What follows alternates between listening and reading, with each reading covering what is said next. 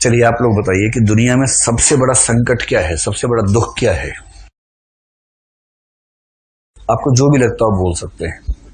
आप बताएं दुनिया में सबसे बड़ा दुख क्या है? क्लास में बैठना? नहीं, कुछ और है? तो बताइए ना, चुप बैठने से क्या होगा? आप बताएं सबसे बड़ा दुख क्या है? बेरोजगारी है। क्या बोले? पर्यावरण प्रदूषण। यही है, आईएएस की तैयारी करने वाला बच्चा अलग ही जमीन पे रहता है, उसका अलग ही मामला रहता है एकदम। देखिए, घर वाली है, घर वालों, क्या बोला? घर वालों, ये कह रहे घर वालों से दूर रहना सबसे बड़ा कष्ट है जीवन का, यही कहना है, घर वालों से दूर रहना। ये कह रही है बेरोजगारी सबसे बड़ा कष्ट है दुनिया का। और बताए? चिंता। देखिए, अब समय आ गया कि आप भी चोगा पहनने, दाढ़ी बढ़ा लें और कार्यक्रम शुरू करें। और लिखा हो झांसाराम बापू।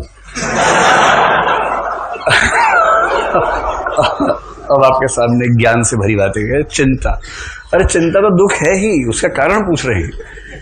सबसे बड़ा दुख किस वजह से जीवन में होता है ना? दो उत्तर मेरे पास आए हैं, बेरोजगारी और घर वालों से दूर रहना। ठीक है? किसी को समझना, ये सबसे बड़ा दुख है।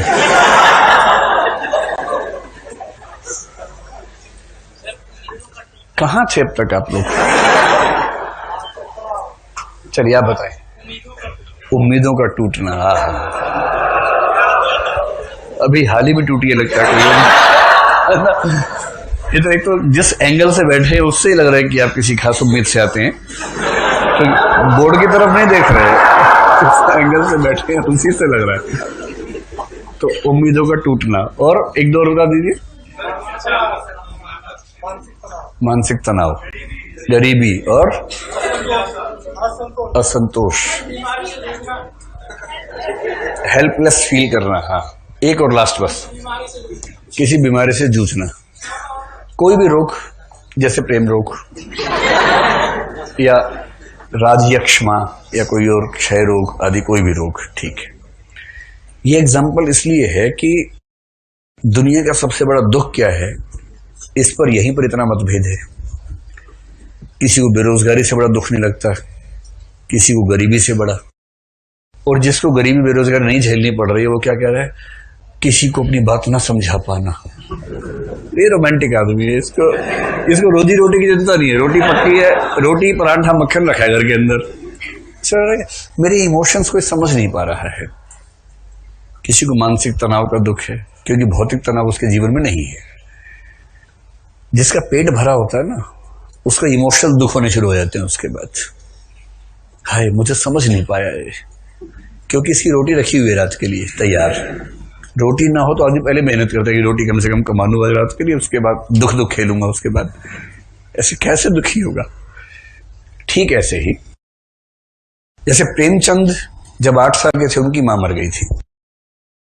प्रेमचंद की कहानियों में जो दुख दिखते हैं ना, वो दरअसल सारे प्रेमचंद की अपनी जिंदगी के दुख हैं।